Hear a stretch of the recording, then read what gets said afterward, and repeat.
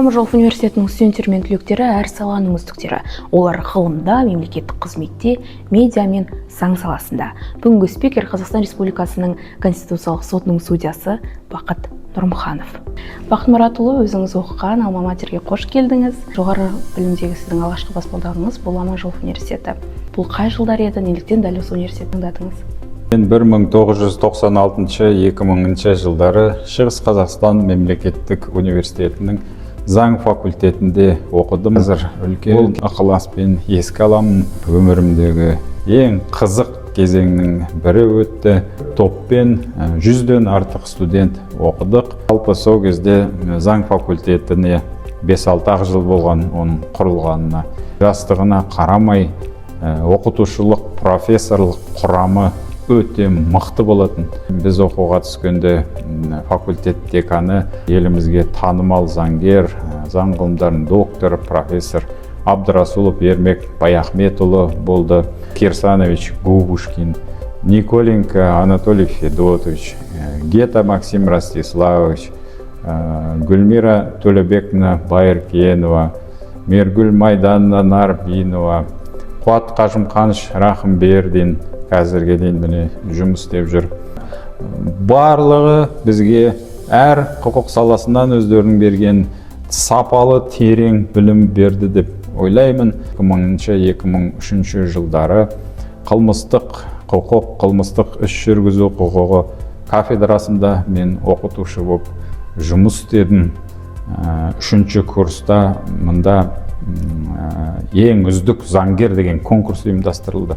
Ол кезде 5 курстық факультет болатын. Кейіннен 4 курстық қылды.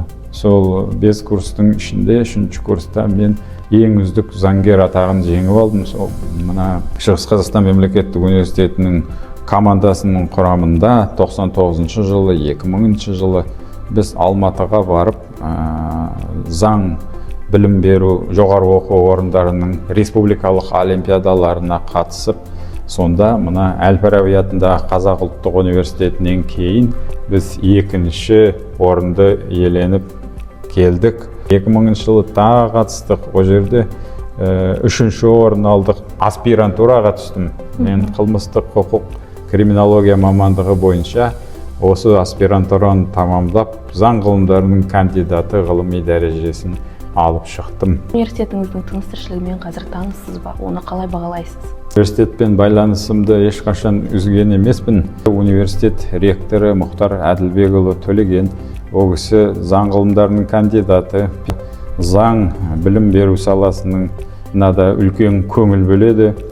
Бүгін міне біз университет пен Конституциялық сот арасында ынтымақтастық туралы меморандумға қол қойдық. Байланысымызды, ынтымақтастығымызды одан әрі нығайтады деп сенемін. Университет басшылығы өте қарқынды жұмыс жүргізуде.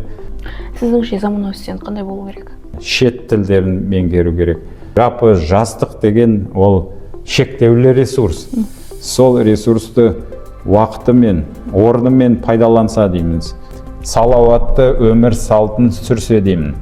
Заң мен тәртіп идеологиясын өздерінің сана сезіміне енгізсе деймін. Маңайына қарап, тез өсуді, тез үлкен нәтижелерге жетуден аулақ болуды тілеймін.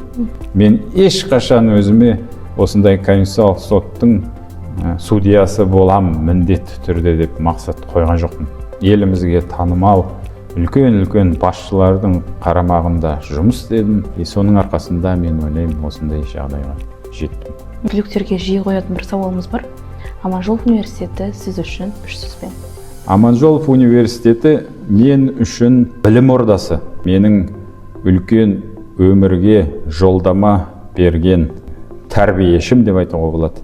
Еліміздің білім беру жүйесіндегі өзінің үлкен ойып тұрып орны бар ғылыми мекеме. Рахмет Бақыт Мұратұлы, сізге сұхбат берген. Сіздерге рахмет, табыс тілеймін сіздерге.